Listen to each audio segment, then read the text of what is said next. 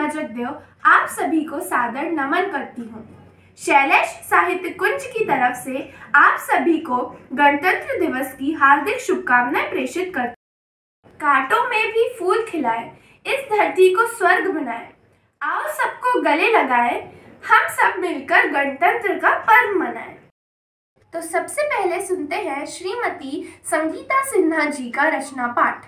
संगीता जी एक बहुत अच्छी कवित्री तो है ही, साथ ही में वनिता मंच जो एक कवित्रियों का मंच है उनकी संस्थापिका भी है। नमस्कार, मैं संगीता सिन्हा छिंदवाड़ा मध्य प्रदेश से शैलेश साहित्य कुंज के सभी श्रोताओं को नमस्कार करती हूँ। मेरी कविता प्रस्तुत करती हूँ। सुन माँ तू कैसी है, सूरज की पहली किरण के जैसी है, सूरज की पहली किरण के जैसी है, बागों में फूलों के जैसी है, गर्म हवाओं में शीतल पवन के जैसी है, तपती दोपहरी में ठंडी छाँव के जैसी है, गर्म हवाओं में शीतल पवन की जैसी है, तपती दोपहरी में ठंडी छाँव के जैसी है। सुन माँ तू कैसी है, बेचैन रातों में लोरी के जैसी है, अंधेरे जीवन में ज्योति के जैसी है, बेचैन रातों में लोरी के जैसी है, अंधेरे जीवन में ज्योति के जैसी है। सुन माँ तू कैसी है, घनी बरसातों में छतरी के जैसी है, घनी बरसातों में छतरी के जैसी है, पाप भरी दुनिया में पावन गंगा के जैसी है। सुन माँ तू कैसी है, अंधेरी काली रात में चांद के जैसी है, अंधेरी काली रात में चांद के जैसी है, इच्छाओं से भरे जीवन में तृप्ति के जैसी है, भूली भटकी राहों में मंजिल के जैसी है। सुन माँ तू कैसी है, महाभारत में गीता, रामायण में सीता के जैसी है, यशोदा के कृष्ण और यशु के मरियम के जैसी है। सुन माँ तू कैसी है, सुन माँ तू कैसी है। मेरी दूसरी कविता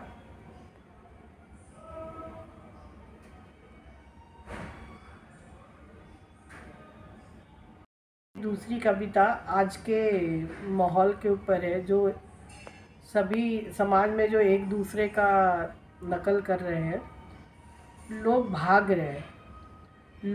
रहे हैं भीड़ के साथ, तुम्हें भी भागना चाहिए। लोग भाग रहे हैं भीड़ के साथ, तुम्हें भी भागना चाहिए। भागने वाली भीड़ को नहीं करना पड़ता है सही और गलत में फ़र्क, क्योंकि भागने वाली भीड़ को नहीं करना पड़ता फ़र्क सही और गलत में, बस भागते ही रहते हैं बेवजह बेमंजिल, बस भागते ही रहते हैं बेवजह बेमंजिल। ये वही लोग हैं जो डरते हैं सही का चयन करने से और गलत का विरोध करने से। ये वही लोग हैं जो डरते हैं सही का चयन करने से और गलत का विरोध करने से। यह शायद आसान तरीका है जीवन यापन करने का। लोग भाग रहे हैं, तुम्हें भी भागना चाहिए। भागने वाली भीड़ को नहीं करना पड़ता सही और गलत में फ़र्क। धन्यवाद। तो अभी हमने सुना संगीता सिन्हा जी का रचना पाठ, जिसमें उन्होंने हमें माँ की खूबसूरत महिमा के बारे में बताया। अब अगली कवित्री के रूप में मोहिता मुकेश कमलेंदु जी को मैं आवाज लगाती हूँ। ये एक ऐसी कवित्री है जो गद्य और पद्य के साथ साथ क्षेत्रीय भाषाओं में भी सुंदर लेख लिखती है। तो चलिए सुनते हैं मोहिता जी की रचनाएं। मैं मोहिता मुकेश कमलेंदु छिंदवाड़ा मध्य प्रदेश से।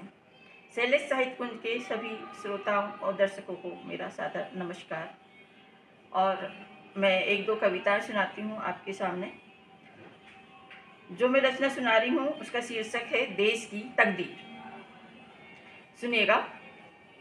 कल अचानक खेला हमने एक खेल, जिसमें दो हिस्सों में बांटा हमने अपना देश। एक हिस्से में हरी चुनरिया ओढ़े मेरा देश, एक हिस्से में हरी चुनरिया ओढ़े मेरा देश, दूजे हिस्से में बदल रहा कोई मेरे देश का भेष। एक हिस्से में अपनों के खातिर लुट रहा है कोई, एक हिस्से में अपनों के खातिर लुट रहा है कोई, दूजे हिस्से में अपने खातिर लूट रहा है कोई। एक हिस्से में शानो शौकत की जिंदगी जी रहा है कोई, एक हिस्से में शानो शौकत की जिंदगी जी रहा है कोई, दूसरे हिस्से में 2 जून की रोटी को तरस रहा है कोई। एक हिस्से में सभ्यता संस्कारों की दुहाई दे रहा है कोई, एक हिस्से में सभ्यता संस्कारों की दुहाई दे रहा है कोई, दूसरे हिस्से में बेशर्मी की हद पार कर रहा है कोई। एक हिस्से में देश की रक्षा करने, एक हिस्से में देश की रक्षा करने जान दे रहा है कोई, एक हिस्से में देश की रक्षा करने जान दे रहा है कोई, दूसरे हिस्से में देश बेचने, दूसरे हिस्से में देश बेचने जी जान लगा रहा है कोई। दूसरे हिस्से के हालात देख, दूसरे हिस्से के हालात देख मन हमारा हुआ बहुत व्यथित। हे तकदीर लिखने वाले, हे तकदीर लिखने वाले, स्वच्छ सुंदर हाथों में ही लिखना हमारे देश की तकदीर, ताकि साफ सुथरी दिखे हमारे देश की पूरी तस्वीर, ताकि साफ सुथरी दिखे हमारे देश की पूरी तस्वीर। दूसरी रचना है जिसका शीर्षक है एक नई शुरुआत। एक नई शुरुआत करने चली हूँ मैं, आज कांधे पर बैग टांगे स्कूल चली हूँ मैं। कांधे पर बैग नहीं, एक जिम्मेदारी है बड़ी, इस समाज इस देश को देना है एक शिक्षित नारी। एक नई शुरुआत करने चली हूँ मैं, आज बाबुल के आंगन से पिया के घर चली हूँ मैं।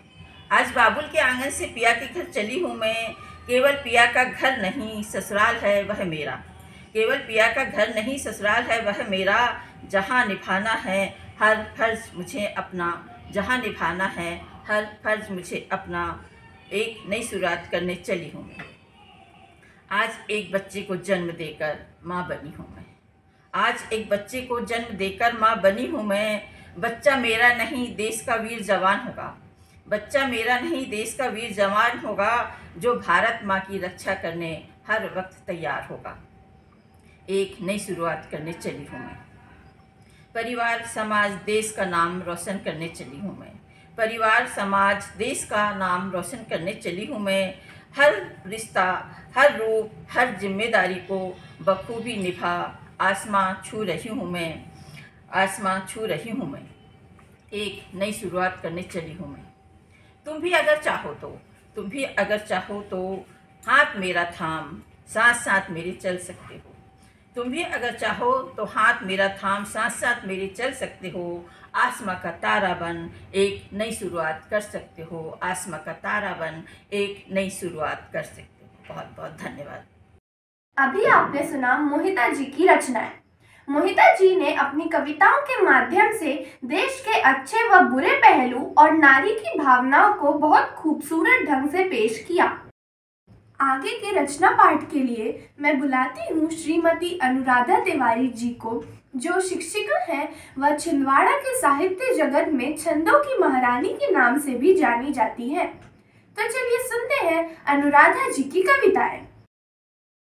नमस्कार, मैं अनुराधा तिवारी छिंदवाड़ा मध्य प्रदेश से शैलेश साहित्य कुंज के समस्त श्रोताओं को सादर नमन करती हूँ। शैलेश साहित्य कुंज के तत्वाधान में कवि और कविता कार्यक्रम में अपनी रचनाओं के साथ प्रस्तुत हूँ। धर्म जाति की दीवारें न हो कोई मजहबी पहरे, दिलों में प्रेम व विश्वास के रिश्ते बने गहरे। अमर गणतंत्र हो अपना प्रगति पथ पर बढ़े निष्दिन, दुआ रब से करूं इतनी तिरंगा शान से फहरे, दुआ रब से करूं इतनी तिरंगा शान से फहरे। और इसी तिरंगे की आन बान शान पर अपना सर्वस्व बलिदान करने वाले सैनिकों को नमन करती हूँ। नमन भारत माता के लाल, खड़े सीमा पर अर के काल, सलामत उनसे देश विशाल, करें उन्नत भारत का भाल। सहें गर्मी बारिश और शीत, हौसले से लेते सब जीत, निभाते मातृभूमि से प्रीत, सदा दुश्मन रहते भयभीत, त्यागते तीज और त्योहार, भाई बहनों का छोड़ दुलार, प्रिया के छोड़ दिए गलहार, मृत्यु का आमंत्रण स्वीकार, तिरंगा आन बान और शान, सदा फहरे होवे गुणगान, यही दिल में रखते अरमान, हमारे वीर जवान, हमारे गौरव वीर जवान, मातु पितु धन धन संतान, लाडले भारत माँ की शान, करे अपना सब कुछ बलिदान, ऋणी है सारा हिंदुस्तान, ऋणी है सारा हिंदुस्तान। और भारतीय तिरंगे झंडे को नमन करती हूँ कि भारती की आनु बान शान का प्रतीक यह वीर रणबांकुरों के शौर्य का प्रमाण है। हाथों में तिरंगा लिए चली जब वीर टोली, थर थर कांपे शत्रु राष्ट्र का निशान है। हर देशवासियों के दिल में बसा है यह, बस एक झंडा नहीं तन मन प्राण है। आंख जो उठाए कोई कसम माँ भारती की, पल में मिटा दे उसका नाम वो निशान है। आंख जो उठाए कोई कसम माँ भारती की, पल में मिटा दे उसका नाम वो निशान है। बहुत बहुत धन्यवाद। लीजिए, अनुराधा जी ने गणतंत्र दिवस पर अपने गीतों में आन बान व शान से झंडा फहरा दिया और वीरों के शौर्य का बखान भी कर दिया। अब मैं जिन कवित्री को बुला रही हूँ वे हैं मंजू देशमुख, जो पेशे से एक शिक्षिका हैं और छिंदवाड़ा आकाशवाणी में भी अपनी सेवाएं दे चुकी हैं। इनका एक काव्य संग्रह भी प्रकाशित हो चुका है जिसका नाम है जीवन मणि। तो चलिए सुनते हैं मंजू जी का काव्य पाठ। मैं श्रीमती मंजू देशमुख, मध्य प्रदेश जिला छिंदवाड़ा से आप सभी का स्वागत करती हूँ। शैलेश साहित्य परिषद के लिए मैं कुछ कविताएं आप तक पहुँचा रही हूँ। आप सभी इन कविताओं के माध्यम से हमारे संविधान के विषय में अपने विचार बनाएंगे। मेरी पहली कविता का शीर्षक है संघ समर्थ संविधान। मधुर निनाद जब वर्चस्व हो, मधुर निनाद जब वर्चस्व हो, शक्ति से समर्थ हो, तब राष्ट्र पुलकित हो उठता है। समझ जब सर्वत्र हो, विश्वास से विजय हो, तब अखंड सपना सच हो उठता है। कर्म जब दिग्विजय हो, निश्चय से साहस ज्वलंत हो, तब देश प्रखर हो उठता है। ताकत सब मिलकर जब लगाते हैं, ताकत सब मिलकर जब लगाते हैं, बड़ी बड़ी मुसीबतें, तब मानस जन से विजयी हो उठता है, तब मानस जन से विजयी हो उठता है। देश समाज और गांव नई सत्ता बनाते हैं, तब कानून सजग उठता है, तब कानून सजग उठता है। मेरी दूसरी कविता का शीर्षक है कानून। आओ कल्पनाएं साकार करें, आओ कल्पनाएं साकार करें, विजयी होने का पथ विस्तार करें। हमें सौंपी सत्ता जिन्होंने संविधान की, उस कानून प्रणाली का सतत आभार करें, जिससे भाईचारा और विकास का प्रचार हो, जिससे भाईचारा और विकास का प्रचार हो। हम ऐसा उसका सम्मान करें। निष्ठा, संकल्प और एकता का संचार करें। हम मान रखें नियमों का, हम मान रखें नियमों का, प्रणाली और दावों का। सतत निर्वहन होती विचारधारा का, तब संकल्पना विकसित होगी, तब संकल्पना विकसित होगी। नई होपलों के साथ, नई शक्ति के साथ, नई व्यवस्था के साथ, नई योजना के साथ। आओ इसे और मजबूत बनाएं, आओ इसे और मजबूत बनाएं। धन्यवाद। अपनी रचना के द्वारा मंजू देशमुख जी ने संविधान की कानून प्रणाली का सतत आभार करते हुए बहुत सुंदर बात कही कि ताकत जब सब मिलकर लगाते हैं, बड़ी बड़ी मुसीबतें तब मानस जन से विजयी हो उठता है। हमारे इस कवि सम्मेलन में एक और कवित्री को सुनते हैं जो है प्रीति जैन चक्रवाल। ये भी एक शिक्षिका है। ये गद्य और काव्य शैली में अपनी रचनाएं सृजित करती हैं। ये विद्यालय और गोष्ठियों में शानदार मंच संचालन करती हैं। तो आइए प्रीति जी की रचनाओं का स्वागत करते हैं। नमस्कार साथियों, मैं छिंदवाड़ा मध्य प्रदेश से प्रीति जैन चक्रवाल। मैं एक शिक्षिका हूँ। आप सभी के समक्ष मैं उपस्थित हुई हूँ शैलेश साहित्य कुंज के तत्वाधान में। मैं अपनी रचनाएं आपके सामने प्रस्तुत करती हूँ। अगर आपको पसंद आती हैं तो अपना शुभाशीष प्रदान करिएगा। सुनिएगा। ये एक महिला का पीड़ा है जो प्राचीन समय से वर्तमान समय तक नहीं बदल पाई है।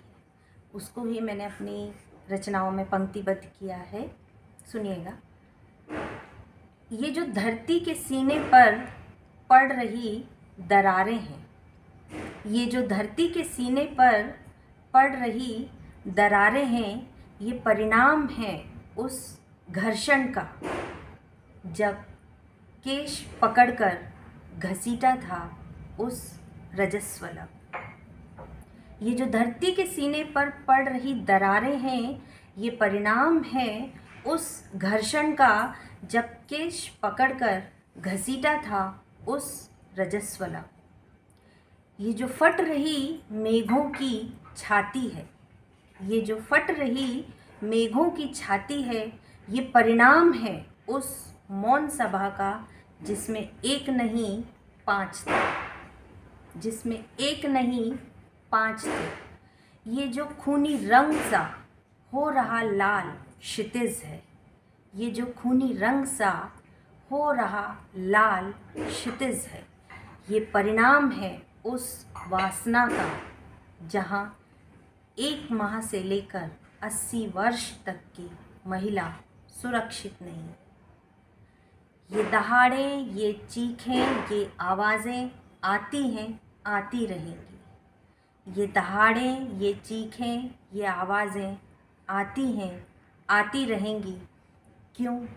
क्योंकि ब्रह्मांड से कभी शब्द ध्वनियाँ खत्म नहीं होती, खत्म नहीं होती।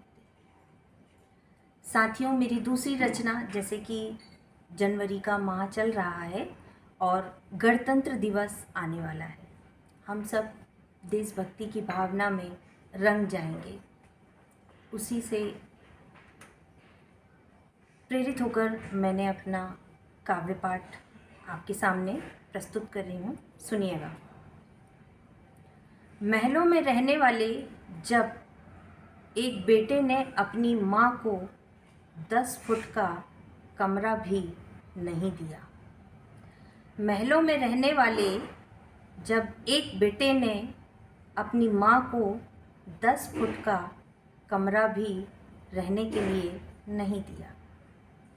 माँ हमेशा के लिए सो गई। माँ हमेशा के लिए सो गई और जाते जाते माँ तो कुछ ना बोली, मगर जाते जाते उसकी रूह बोल पड़ी। मेरे बेटे, तुझे पनपने के लिए मैंने ज़मीन दी, अपने पिता का मान रखी और तेरे पिता के साथ चली आई। तू मुझे क्या रहने के लिए जगह देगा? तू मुझे क्या रहने के लिए जगह देगा? दफन होकर भी तुझे पन पाऊँगी। दफन होकर भी तुझे पन पाऊँगी और उस ईश्वर से दुआ करूँगी कि मेरे जैसा बुढ़ापा मेरे लाल का ना आए और मेरी गोद में अगले जन्म में सुभाष चंद्र बोस जैसा लाल आए। बहुत धन्यवाद करते हैं हम शैलेश साहित्य कुंज का, जिन्होंने मुझे ये अवसर प्रदान किया और आपने बहुत धैर्यता के साथ मुझे सुना। आप सभी का बहुत बहुत धन्यवाद। वाह, प्रीति जी का बहुत सुंदर रचना पाठ, जिसमें उन्होंने माँ की ममता को कितने खूबसूरत शब्दों में सुनाया। और कहते भी है ना कि 1 माँ 10 बच्चे को पाल लेती है, लेकिन 10 बच्चे मिलकर भी एक माँ को नहीं पाल सकते। इस कवि सम्मेलन में हमने अभी एक से बढ़कर एक कविताएं सुनी। उम्मीद है आप सभी काव्य रसिक श्रोताओं को भरपूर आनंद आया होगा। देश हमारा भारत प्यारा है, उजियारा चांद सा प्यारा। गणतंत्र दिवस की अनंत शुभकामनाओं के साथ मैं आपसे विदा लेती हूँ और निवेदन करती हूँ कि हमारे चैनल को सब्सक्राइब करें और इस वीडियो को लाइक शेयर अवश्य करें। धन्यवाद।